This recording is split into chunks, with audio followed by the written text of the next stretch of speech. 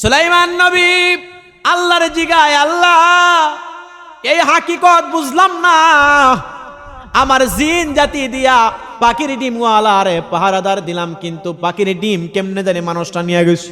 আমার আল্লাহ জানাইলেন, এ পয়গম্বর সুলাইমান, দুইটা জিন জাতিকে আমি আল্লাহ আমার ফেরেশতার মাধ্যমে তাদের হাতগুলা বাইন্ধা রাখছি, তার আগে যাইয়া দেখো এই মানুষটা আজকে দিনে কোন এমন ভালো আমল করেছে। এই মানুষটারে খবর দিয়া দেখানো হইল, এ পাপিষ্ঠ মানুষ, সুলাইমান পয়গম্বর ডাকাইছে, তিনি থরথর করে কাঁপতেছেন, আজকে বুঝি আমার রক্ষা নাই, আমার বুঝি আজকে আমার গলা থেকে দেহ আলাদা হয়ে যাবে।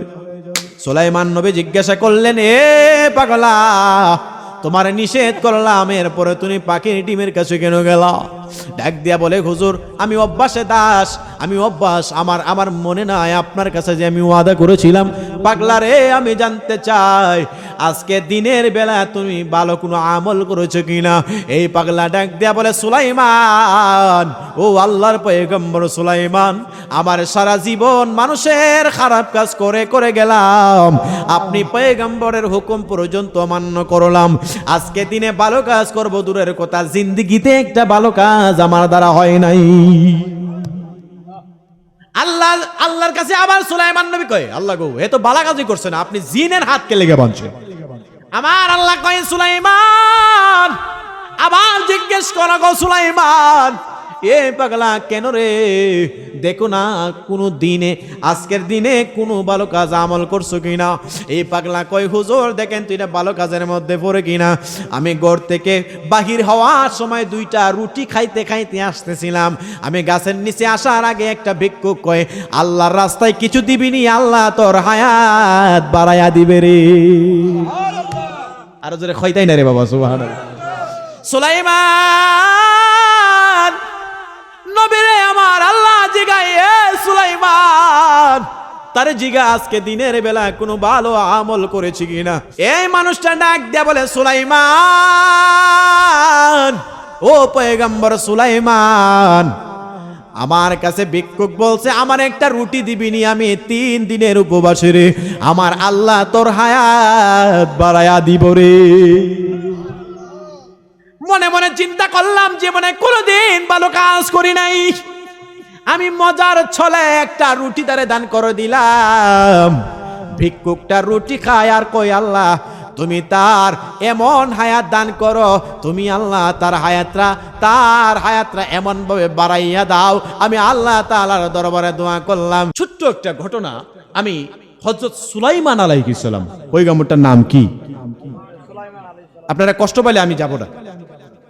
সুলাইমান আলাইহিস সালামের জামানায়, তিনার আল্লাহ পাক রব্বুল আলামিন, গভীর মনোযোগ দিয়ে শুনবেন, তিনার জামানায় আল্লাহ পশু পাখি ভাষা বোঝার ক্ষমতা আল্লাহ তিনারে দিয়েছেন।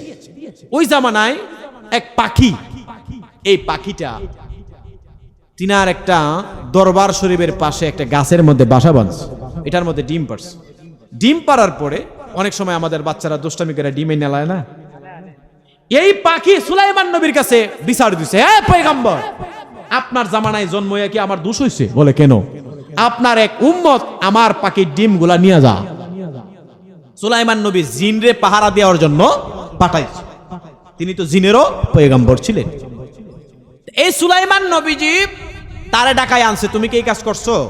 ও নবী, আর করতাম না। এই ব্যক্তিটা আবার যখন পাখি ডিম পারছে, ডিম পারার সময় যখন হইছে, ডিম পারছে, বাচ্চা তা দেওয়ার সময় দুইটা জিনরে পাহারাদার রাখছে। আবার যদি এই ব্যক্তিমিজা মানুষ আইয়ে তারে ঠেন্না দিয়ে ফলাই দেয়, জিন দেখি দেখা যা। আচ্ছা, পাহারাদার ধরে রাখছে। এই বেড়াইনি আবার দ্বিতীয়বার গাছের মধ্যে উঠিয়া এই ফাঁকির ডিম লিয়া বাইদ গেছে গা। সুলাইমান নবীর দরবারে ফাঁকি যায় কয়, সুলাইমান নবী, ও সুলাইমান নবী, আপনি কি আসলেই নবী? আর আল্লাহ পাক রব্বুল আলামিন যেই নবীজির কথা কোরআনে বলছেন, মুসলিমদের জন্য 2 জন পয়গম্বর ছিলেন সবচেয়ে প্রতাপশালী নবী, যিনাদেরকে আমার আল্লাহ তামাম বিশ্বের ক্ষমতা দিয়েছিলেন, এর মধ্যে একজন পয়গম্বরের নাম হচ্ছে হযরত সুলাইমান। সুবহানাল্লাহ কইতেন না? কোন আলোচক বলে থাকেন, সত্য না মিথ্যা এটা যাচাইয়ের ব্যাপার, তিনার সিংহাসনটা নাকি 26 মাইল। সুবহানাল্লাহ কইতেন না? যাচাইয়ের সময় থাকতে পারে, আমি শুনেছি একজনের জবান থেকে। তাহলে জিনার সিংহাসনটা 26 মাইল, এটা কি বাড়িদারের কথা?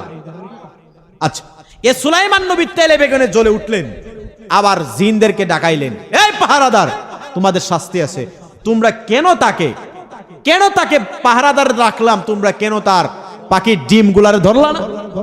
ডাক দিয়া বলতেছে, ও পয়গম্বর, বেয়াদবি মাফ করবেন, আমরা জানি আমাদের আপনি মৃত্যুদণ্ড দিবেন। তার আগে জানতে চাই, এই মানুষরা যখন গাছে উঠেছিল আমাদের হাত পা গুলা কে জেনে বাইন্দা রাখছে? আরো জোরে বলেন না। সুলাইমান নবী আল্লাহর জিগায়, আল্লাহ এই হাকিকত বুঝলাম না, আমার জিন জাতি দিয়া পাখির ডিম ওয়ালারে পাহারাদার দিলাম, কিন্তু পাখির ডিম কেমনে জানি মানুষটা নিয়ে গেছে। আমার আল্লাহ জানাইলেন, এ পয়গম্বর সুলাইমান, দুইটা জিন জাতিকে আমি আল্লাহ আমার ফেরেশতার মাধ্যমে তাদের হাতগুলা বাইন্ধা রাখছি। তার আগে যাইয়া দেখো এই মানুষটা আজকে দিনে কোন এমন ভালো আমল করেছে। এই মানুষটারে খবর দিয়া দেখানো হইল, এ পাপিষ্ঠ মানুষ, সুলাইমান পয়গম্বর ডাকাইছে, তিনি থরথর করে কাঁপতেছেন, আজকে বুঝি আমার রক্ষা নাই, বুঝি আজকে আমার গলা থেকে দেহ আলাদা হয়ে যাবে। সুলাইমান নবী জিজ্ঞাসা করলেন, এ পাগলা, তোমার নিষেধ করলাম, এরপরে তুমি পাখির ডিমের কাছে কেন গেলা? ডাক দিয়া বলে, হুজুর আমি অভ্যাসে দাস, আমি অভ্যাস, আমার মনে নাই আপনার কাছে যে আমি ওয়াদা করেছিলাম। পাগলা রে, আমি জানতে চাই আজকে দিনের বেলা তুমি ভালো কোনো আমল করেছো কিনা? এই পাগলা ডাক দিয়া বলে, সুলাইমান, ও আল্লাহর পয়গম্বর সুলাইমান, আমার সারা জীবন মানুষের খারাপ কাজ করে করে গেলাম, আপনি পয়গম্বরের হুকুম পর্যন্ত অমান্য করলাম, আজকে দিনে ভালো কাজ করব দূরের কথা, জিন্দেগিতে একটা ভালো কাজ আমার দ্বারা হয় নাই। আল্লাহর কাছে আবার সুলাইমান নবী কয়, আল্লাহ গো, এ তো ভালো কাজই করছে না, আপনি জিনের হাতকে লেগে বাঁধছেন। আমার আল্লাহ কয়, সুলাইমান, আবার জিজ্ঞেস করো গো সুলাইমান, এ পাগলা কেন রে, দেখো না কোনো দিনে, আজকের দিনে কোনো ভালো কাজ আমল করছো কিনা? এই পাগলা কয়, হুজুর দেখেন তো এটা ভালো কাজের মধ্যে পড়ে কিনা। আমি ঘর থেকে বাহির হওয়ার সময় দুইটা রুটি খাইতে খাইতে আসতেছিলাম, আমি গাছের নিচে আসার আগে একটা ভিক্ষুক কয়, আল্লাহর রাস্তায় কিছু দিবিনি, আল্লাহ তোর হায়াত বাড়াইয়া দিবে রে। আরো জোরে খইতাই না রে বাবা, সুবহানাল্লাহ। সুলাইমান নবীরে আমার আল্লাহ জিগায়, এ সুলাইমান, তারে জিগা আজকে দিনের বেলা কোনো ভালো আমল করেছি কিনা।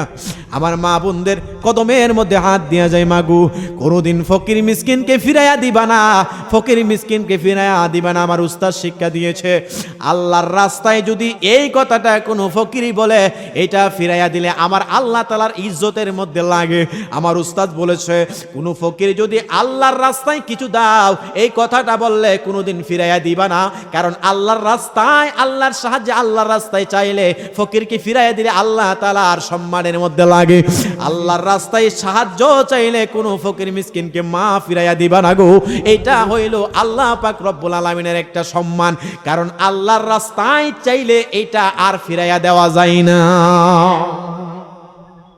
আমাদের হাদিসে এমন এসেছে,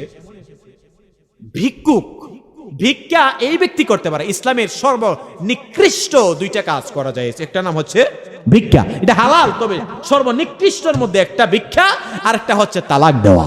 আর একটা কি? তালাক যদি কেউ দেয়, অনেকে বলে না স্বামী রাগ হইলে কয়, এই এক তালাক, কয় না, কিতাব প্রমাণ করে এক তালাক বলার সাথে সাথে আরশ আজিমটা কেঁপে উঠে। আরশ আজিমটা কি করে? আপনারা অনেকে দেখবেন, কেউ বিনা কারণে যদি একটা সংসার নষ্ট করে, এইটা 5টা 8টা বিয়া করলেও এটা সংসার শান্তি হয় না। কথা কন না কেন?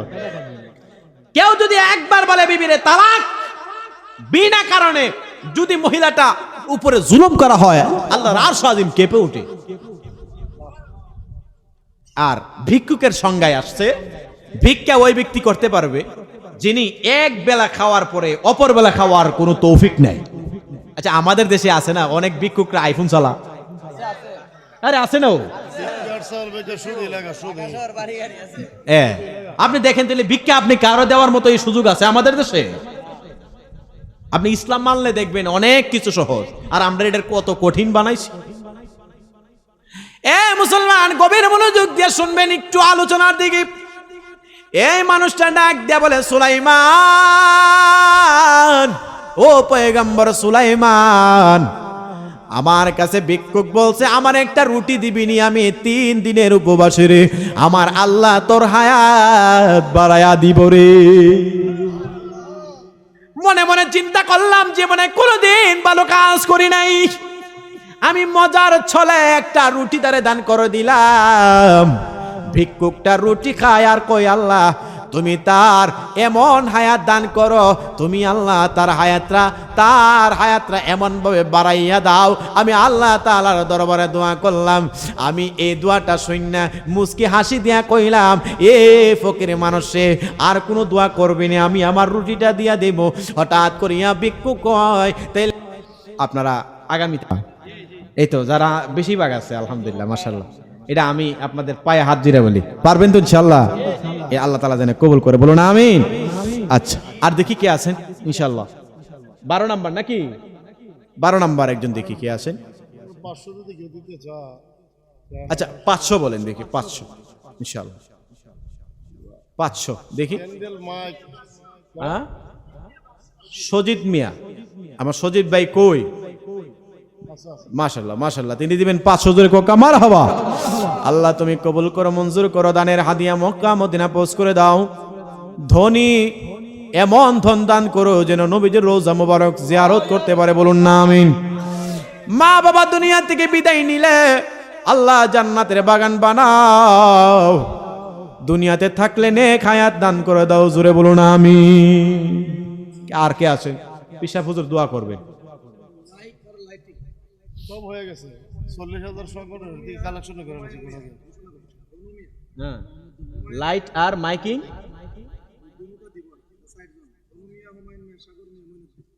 ধনু মিয়া, হুমায়ুন মিয়া, সাগর মিয়া, মঈনুদ্দিন ভাই, জোরে বলুন মারহাবা।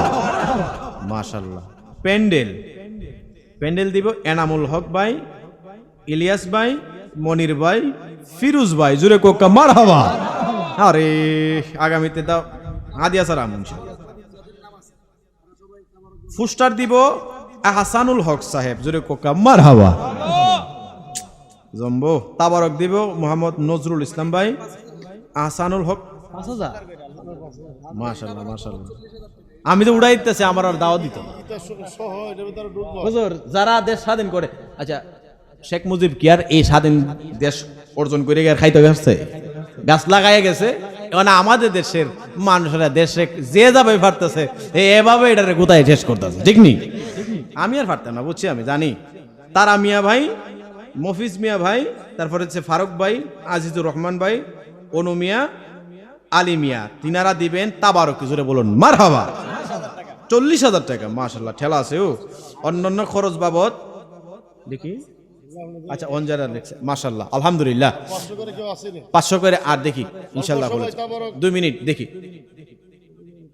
আব্দুর রহমান ভাই, তিনি 500, মাশাআল্লাহ মাশাআল্লাহ, আল্লাহ তাআলা কবুল করুক।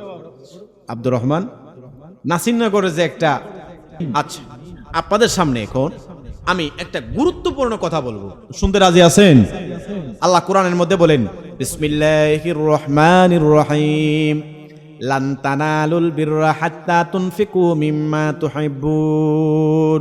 সুবহানাল্লাহ বলেন। এটা কোরআন শরীফের এখানে আয়াতে মুবারক। আল্লাহ বলতেছেন, আল্লাহর রাস্তায় পছন্দের জিনিস ব্যয় করলে আল্লাহ তাআলা খুশি হন।